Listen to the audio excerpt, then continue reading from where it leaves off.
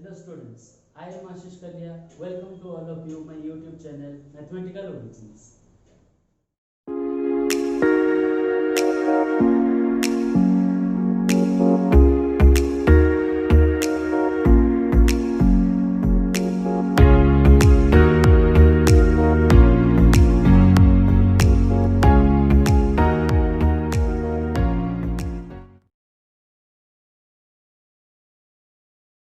So students, today we will discuss one of the most important topic of 10th mathematics, that is introduction to trigonometry.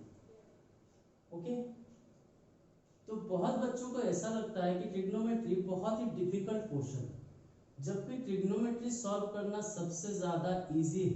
ठीक है, बस आपको क्या करना है, आपको दो चीज यहाँ पे करना पड़ेगा। एक तो आपको फॉर्मूला याद रखना पड़ेगा, ठीक है, एंड दूसरा चीज है आपको ये फॉर्मूला जो याद रखेंगे उसका यूजेस पता होना चाहिए। ठीक है, तो यहाँ पे हम क्या करेंगे, इस जो चैप्टर है हम बेसिक से स्टार्ट करते हैं। ठीक है, तो फर्स्ट हम स्टार्ट करेंगे what is the meaning of trigonometry, then हम देखेंगे कि about the right angle triangles properties कुछ देखेंगे।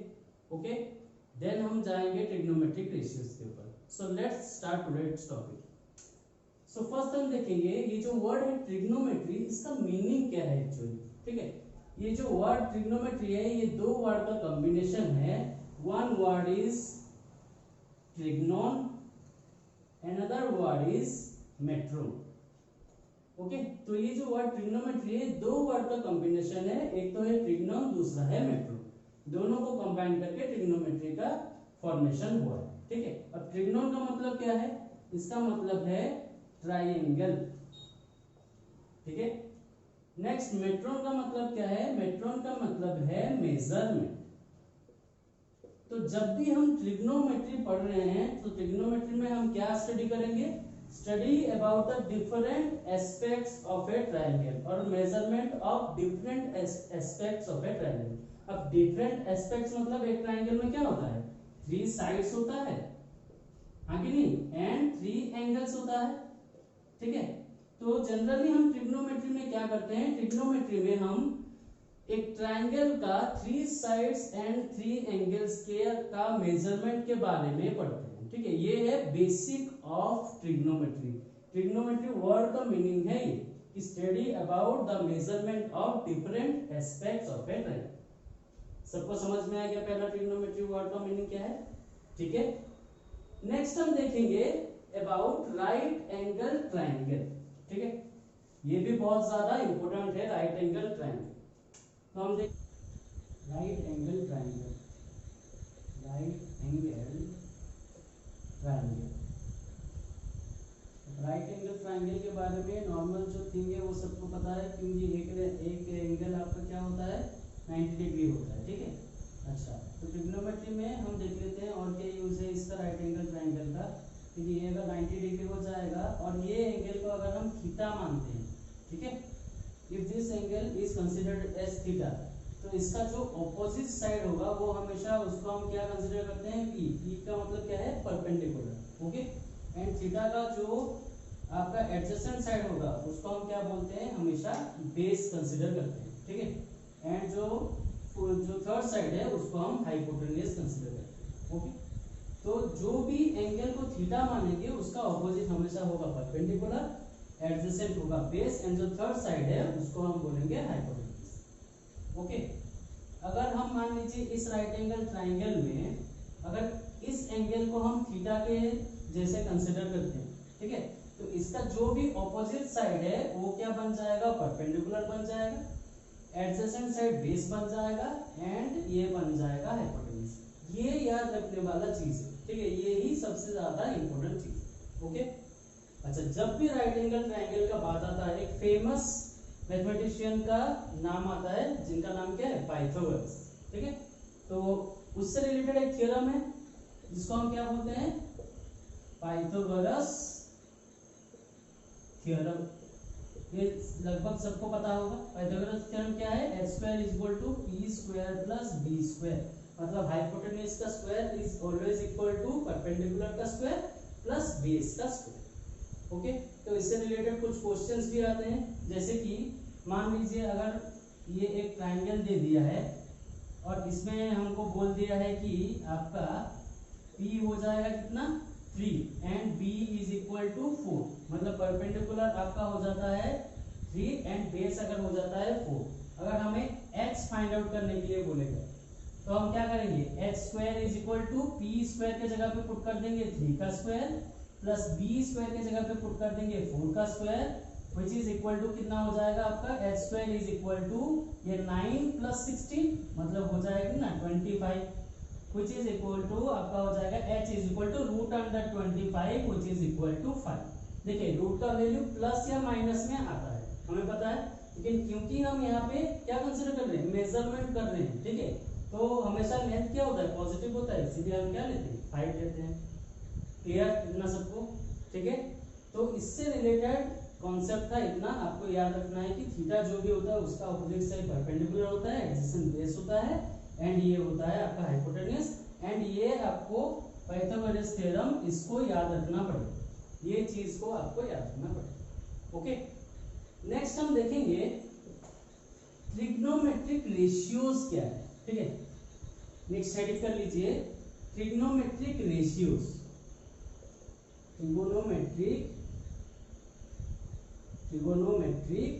रेशियोज। अब देखिए ट्रिगोनोमेट्रिक रेशियो मतलब एक तो ट्रिग्नोमेट्री से रिलेटेड होगा, रेशियो का मीनिंग तो सबको पता है, रेशियो मतलब p बाई क्यू के फॉर्म में जनरली रहता है, जो भी नंबर p बाई क्यू के फॉर्म में रहता है उसको हम रेशियो बोलते हैं या फिर फ्रैक्शन बोलते हैं, ठीक है। तो ट्रिग्नोमेट्रिक रेशियोज क्या है, टोटल कितना ट्रिग्नोमेट्रिक रेशियोज है, प्रीवियस क्लास में पढ़े होंगे 9th क्लास में, कितना 6 ट्रिग्नोमेट्रिक रेशियोज है, 6 ट्रिगोनोमेट्रिक रेशियोज है, ठीक है। रेशियोज क्या क्या है, पहला रेशियो है आपका साइन थीटा, ठीक है। नेक्स्ट रेशियो क्या है कॉस थीटा, थर्ड क्या है टेन थीटा, ओके। नेक्स्ट क्या है आपका कॉट थीटा, देन आ जाएगा सेक थीटा, देन आ जाएगा कोसेक थीटा। अब मैं ऐसा क्यों लिख रहा हूं ये आपको समझ में आ जाएगा। तो जब भी एक राइट एंगल ट्राइंगल का बात होता है, राइट एंगल ट्राइंगल में अगर ये थीटा होता है तो ये ऑटोमेटिकली ये साइड हो जाएगा परपेंडिकुलर, ये साइड हो जाएगा एडजेसेंट जो है वो बेस, एंड ये हो जाएगा हाइपोटेन्यूस, ओके। तो इसके हिसाब से हम इसका फॉर्मूलास लिखेंगे, ठीक है। जैसे कि साइन थीटा का फॉर्मूला हमेशा क्या हो जाता है p बाई h, मतलब एक राइट एंगल ट्राइंगल में साइन थीटा हमेशा आपका कितना हो जाएगा perpendicular by hypotenuse, okay. cos theta का फॉर्मूला हो जाएगा b by h base by hypotenuse. देखिए ये एक रेशियो है ना, ठीक है, तो इसीलिए इसका नाम है ट्रिग्नोमेट्रिक रेशियो। नेक्स्ट आ जाएगा आपका tan थीटा, मतलब हो जाएगा p by b, okay. cot theta का वैल्यू कितना हो जाएगा b बाय p, मतलब base by perpendicular. sec theta का हो जाएगा h by b, hypotenuse by base, and cosec theta का हो जाएगा h बाय p। तो ये जो बेसिक फॉर्मूलास है इनको आपको याद रखना पड़ेगा। क्लियर, समझ में आ गया सबको। तो अगर इसके ऊपर क्वेश्चन आएगा तो ये फॉर्मूला हम यूज कर सकते हैं। अब देखिए हम क्या करेंगे, ये जो फॉर्मूला हम देखिए इससे हम कुछ और फॉर्मूलास डिराइव करने का कोशिश करेंगे, ठीक है। जैसे कि देखिए अब देखिए मैं ऐसे क्यों लिखा हूं, साइन थीटा के ऑपोजिट में कॉस थीटा क्यों लिखा हूं। देखिए यहाँ पे क्या है p बाई h है, यहाँ पे h बाई p है, मतलब यहाँ से क्या पता चलता है साइन थीटा का रिवर्स हो जाएगा कोसेक थीटा, कोसेक थीटा का रिवर्स हो जाएगा साइन थीटा, ठीक है। तो यहाँ से हम एक फॉर्मूला डिराइव कर सकते हैं, sine theta is always equal to क्या हो जाएगा 1 बाय कोसेक थीटा। सबको समझ में, ठीक है। सिमिलरली हम क्या लिख सकते हैं, कोसेक थीटा का फॉर्मूला हम लिख सकते हैं 1 बाय साइन थीटा। तो जब भी हमें साइन के जगह पे कोसेक को लाना पड़ेगा तो हम साइन थीटा की जगह पे 1 बाय कोसेक थीटा लिख सकते हैं। सिमिलरली जब भी जहां पे मान लीजिए क्वेश्चन में कोसेक है और आपको साइन चाहिए तो उसके लिए हम 1 बाय साइन थीटा अप्लाई कर सकते हैं, ठीक है। नेक्स्ट आ जाएंगे हम cos थीटा के पास। देखिए cos थीटा क्या है b by h, sec theta क्या है h बाय b, मतलब cos का ऑपोजिट क्या बन जाएगा sec बन जाएगा। तो cos theta is equal to लिख सकते हैं हम 1 डिवाइडेड बाय sec थीटा, ठीक है। सिमिलरली sec थीटा हम लिख सकते हैं 1 divided by cos theta. Clear, ये भी फॉर्मूला आपको क्लियर हो गया। नेक्स्ट आते हैं देखिए tan theta and cot theta के पास। देखिए tan थीटा कितना है p by B, cot theta क्या है b बाई बी, मतलब tan का अपोजिट क्या बन रहा है cot बन रहा है। तो हम tan थीटा के जगह पे 1 बाय cot थीटा भी लिख सकते हैं। तो जब भी आपको क्वेश्चन में tan के जगह पे cot लाना है तो आप क्या कर सकते हैं tan theta equal to 1 by cot theta लिख सकते हैं। क्लियर। नेक्स्ट हम क्या कर सकते हैं cot theta is equal to 1 by tan theta भी लिख सकते हैं। सबको समझ में आ गया। तो ये कुछ फॉर्मूलाज है जो कि हम यहाँ से डिराइव करते हैं। इसके साथ और भी कुछ डिराइव करते हैं, जैसे कि tan थीटा। tan थीटा अब हमारा क्या है p by B, perpendicular by base. अभी देखिए मैं क्या करता हूँ बोथ न्यूमिनेटर एंड डिनोमिनेटर में h को डिवाइड कर देता हूँ, मतलब हाइपोटेन्यूज को डिवाइड कर देता हूँ। तो कितना हो जाएगा p by H divided by b by H. देखिए क्वेश्चन में कुछ भी चेंज हुआ है क्या, देखिए एच एच कैंसिल आउट हो जाएगा तो वही p बाई बी ही आ जाएगा। क्लियर है। लेकिन देखिए p बाई एच ये किसका वैल्यू हो जाएगा मेरा साइन थीटा का वैल्यू, b बाई एच ये किसका वैल्यू मेरा हो जाएगा cos थीटा का वैल्यू। तो p बाई एच की जगह पे मैं लिख सकता हूँ sine theta divided by b by H की जगह पे लिख सकता हूँ cos थीटा। क्लियर, सबको समझ में आ गया। तो tan थीटा का और एक फॉर्मूला हमें क्या मिल जाएगा sin theta by cos theta. तो tan थीटा की जगह पे अगर हमें sin एंड cos लाना है तो हम tan थीटा की जगह पे sin theta by cos theta को भी रिप्लेस कर सकते हैं। सिमिलरली देखिए tan का ऑपोजिट क्या होता है cot होता है, तो यहाँ पे cot थीटा का फॉर्मूला क्या बन जाएगा sin बाय cos है, तो cot का क्या बन जाएगा cos by sin, cos theta by sin theta. सबको समझ में आ गया। तो ये इतना आपका बेसिक फॉर्मूलाज है, इनको आप जल्दी से नोट डाउन कर लीजिए। जिनको जिनको नोट डाउन करना है वो वीडियो को पॉज कीजिए और इसको नोट डाउन कर लीजिए। ओके, अब देखिए हम टोटल इतना फॉर्मूला देख लिए, बेसिक इतना फॉर्मूला है हमारे लिए। ठीक है, अब हम क्या देखेंगे इसके ऊपर कुछ क्वेश्चंस देखेंगे कि इसके ऊपर कैसा क्वेश्चन आएगा और हमें कैसे इस फॉर्मूला को यूज करके उस क्वेश्चन का सॉल्यूशन निकालना पड़ेगा। क्योंकि ट्रिग्नोमेट्री में देखिए एक तो इंपॉर्टेंट चीज है फॉर्मूला याद रखना, दूसरा सबसे ज्यादा इंपॉर्टेंट है कि कौन सा फॉर्मूला कहाँ पे अप्लाई कर सकते हैं वो भी जानना पड़ेगा। नहीं तो अगर आप सिर्फ फॉर्मूला याद रख लेंगे तो कोई फायदा नहीं। तो फॉर्मूला याद रखना इंपॉर्टेंट है, उसके साथ आपको अप्लाई भी कैसे करना है वो भी जानना पड़ेगा। ओके, तो एक क्वेश्चन राइट डाउन कीजिए जल्दी से। क्वेश्चन है if tan theta is equal to 3/4। ठीक है, हमें क्या दे दिया है tan थीटा का वैल्यू 3/4। देन हमें क्या बोला है then find out the other trigonometric ratios. Trigonometric ratios. ठीक है, हमें क्या पता है टोटल कितना ट्रिग्नोमेट्रिक रेशियोज है 6 ट्रिग्नोमेट्रिक रेशियोज है। हमें क्या दे दिया है tan थीटा का वैल्यू दे दिया है 3/4। हमें क्या बोला है दूसरा जितना भी ट्रिग्नोमेट्रिक रेशियोज है सबका वैल्यू फाइंड आउट कीजिए।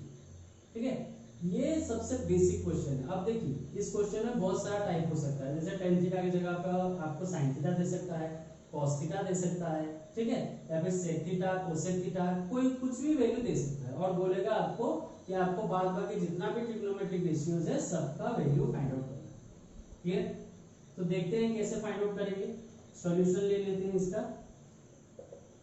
तो हमारा क्या है देखिए tan theta equal to given कितना है 3/4। हम मुझे क्या पता है tan थीटा का फॉर्मूला एक है पढ़े, कौन सा फॉर्मूला परपेंडिकुलर बाय बेस, ये फॉर्मूला पढ़ेगा। तो एक ट्रायंगल यहाँ पे ड्रॉ कर लेते हैं। तो ये मान लीजिए एक राइट एंगल ट्रायंगल हो जाएगा, इसको मैं थीटा मान लेता हूँ। तो इसका ऑपोजिट साइड हमेशा क्या बन जाएगा p बन जाएगा, एडजेसेंट साइड हमेशा b बन जाएगा एंड ये बन जाएगा h। ओके, तो यहाँ पे देखिए 3/4 इक्वल टू कितना है p/b। तो हम यहाँ से लिख सकते हैं let p is equal to 3x and b is equal to 4x। क्योंकि देखिए रेशियो के फॉर्म में है तो आप डायरेक्टली p इक्वल टू 3 नहीं लिख सकते, वैसे ही b इक्वल टू 4 नहीं लिख सकते, आपको कोई भी एक कांस्टेंट लेना पड़ेगा साथ। ठीक है, तो p इज इक्वल टू में ले लिया 3x, b is equal to ले लिया 4x। तो यहाँ पे b का वैल्यू कितना हो गया 4x एंड p का वैल्यू कितना हो गया 3x। अब हमें क्या बोला है, बाद बाकी जितना भी ट्रिग्नोमेट्रिक रेशियोज है उनका वैल्यू फाइंड आउट कीजिए। ओके, तो हम क्या देखे थे, साइन थीटा, साइन थीटा का फॉर्मूला क्या था, b by H, cos theta का फॉर्मूला क्या था, b बाई एच। तो इन सब में क्या है, कौन सा वैल्यू यूज हो रहा है, एक तो p का वैल्यू यूज हो रहा है, एक तो b का वैल्यू एंड तीसरा x का वैल्यू यूज हो रहा है। तो हमें क्या करना पड़ेगा, पहले p एंड b का तो वैल्यू मिल गया है, हमें h का वैल्यू फाइंड आउट कर लेना है। तो एक राइट एंगल ट्रायंगल है, कौन सा थ्योरम याद आना चाहिए जब भी राइट एंगल ट्रायंगल का बात हो रहा है, पाइथागोरस थ्योरम। तो हम क्या लिख सकते हैं, अकॉर्डिंग टू पाइथागोरस थ्योरम हम क्या लिख सकते हैं, h square is equal to p square plus b square, ना लिख सकते हैं, क्लियर है। तो h square is equal to कितना हो जाएगा, p स्क्वायर मतलब 3x का whole square plus b square मतलब 4x का होल स्क्वायर। इतना सबको समझ में आ गया। नेक्स्ट हम क्या करेंगे, h square is equal to हमें कितना मिल जाएगा, h square is equal to है 3x का स्क्वायर, मतलब इधर हो जाएगा h square is equal to 9x square plus 4x का स्क्वायर, मतलब कितना हो जाएगा 16x स्क्वायर। तो finally h square is equal to हमें मिल गया 25x स्क्वायर। तो h इज इक्वल टू कितना हो जाएगा, h is equal to root under 25x square. अब देखिए 25 का रूट ओवर कितना हो जाएगा 5, x स्क्वायर का रूट ओवर कितना हो जाएगा x, तो हमें फाइनली क्या मिल जाएगा 5x। देखिए माइनस 5x क्यों नहीं आएगा, क्योंकि वही का लेंथ के बारे में डिस्कस हो रहा है, तो आएगा 5x, क्लियर। तो हमें p का भी वैल्यू मिल गया है 3x, b का भी वैल्यू मिल गया है कितना 4x एंड h का भी वैल्यू मिल गया 5x। तो p b एंड h मिल गया हमारे पास। अब हम क्या करेंगे, जितना भी ट्रिग्नोमेट्रिक रेशियो से सबका वैल्यू निकाल सकते हैं। जैसे कि मैं लिखता हूं अगर sin थीटा कितना होता है p बाई h, तो p का वैल्यू कितना है 3x डिवाइडेड बाय h का वैल्यू कितना है 5x, तो कितना हो गया 3/5। तो sin थीटा का वैल्यू आ गया, क्लियर है। सिमिलरली cos थीटा अगर निकालेंगे, cos theta is equal to b by h, मतलब 4x डिवाइडेड बाय 5x, तो आ जाएगा 4/5। ओके, देन आ जाएगा हमारा कितना, अच्छा tan थीटा तो ऑलरेडी गिवन है, हमें cot थीटा निकालना है। अब देखिए cot थीटा के लिए मैं cot theta is equal to कितना है b बाई p, तो आ जाएगा b के जगह पे कितना 4x, p के जगह पे 3x, तो 4x डिवाइडेड बाय 3x हो जाएगा 4/3, क्लियर। नेक्स्ट आ जाएगा कितना sec थीटा, sec थीटा क्या होता है h बाई b, तो इज इक्वल टू कितना आ जाएगा 5x डिवाइडेड बाय 4x, आ जाएगा 5/4। नेक्स्ट आ जाएगा cosec theta is equal to h by p, तो 5x divided by 3x is equal to 5 divided by 3। तो जितना भी ट्रिग्नोमेट्रिक रेशियो है सबका वैल्यू निकाल ली, क्लियर। तो ऐसे इजीली बन जाएगा इस टाइप के जितना भी क्वेश्चन होगा। देखिए यहाँ पे और एक चीज भी हम अप्लाई कर सकते हैं, ये जो इतने का वैल्यू निकाले हैं इसके जगह पे हम दूसरा भी मेथड कर सकते हैं। तो पहले हम क्या करेंगे, देखिए साइन थीटा कॉस थीटा निकाल ली, टेन थीटा तो हमारा ऑलरेडी गिवन है, ठीक है। तो उसमें देखिए हम एक चीज हमें पता है, हम फॉर्मूला देखे थे ना, कुछ दूसरा फॉर्मूला देखे थे। जैसे कि अगर cos थीटा का वैल्यू मैं क्या बोला था, कोसेक थीटा हमेशा क्या होता है साइन का ऑपोजिट होता है, तो cosec theta is equal to क्या हो जाएगा 1 डिवाइडेड बाय साइन थीटा। तो क्योंकि साइन थीटा का वैल्यू अगर 3/5 है, तो कोसेक थीटा का वैल्यू कितना हो जाएगा 1 डिवाइडेड बाय 3/5, तो 5 आ जाएगा न्यूमरेटर में, तो हो जाएगा 5/3। तो हमें ये और करने की जरूरत नहीं, ठीक है। ये भी करेंगे तब भी सही है, लेकिन ये फॉर्मूला भी अप्लाई कर सकते हैं। सिमिलरली सेक थीटा किसका ऑपोजिट होता है 1/cos का ऑपोजिट होता है, तो 1/cos थीटा, cos थीटा का वैल्यू कितना है 4/5, तो 1 डिवाइडेड बाय 4/5, 5 आ जाएगा न्यूमरेटर में, आपका हो जाएगा 5/4। ओके, देन नेक्स्ट और क्या रहता है cot थीटा, cot थीटा किसका ऑपोजिट है tan का ऑपोजिट है, तो cot theta is equal to हम क्या कर लेंगे 1/tan थीटा, क्लियर। तो यहाँ पे आ जाएगा 1 डिवाइडेड बाय 3/4, तो हमारा हो जाएगा 4/3। तो हम ये भी अप्लाई कर सकते हैं, पहले बस साइन एंड कॉस का वैल्यू निकाल लीजिए, फिर ये मेथड भी अप्लाई कर सकते हैं, दोनों सही, जिसको जिसमें इजी लग रहा है वो उसमें सॉल्व कर सकता है, ठीक है। ये देखिए ये P by P के फॉर्मूला में एप्लीकेबल है, ये जो हम फॉर्मूला नेक्स्ट में डिस्कस किए थे वो फॉर्मूला के थ्रू अप्लाई हो सकता है। ठीक है, अगर लिखना है आप जल्दी से लिख लीजिए इसको।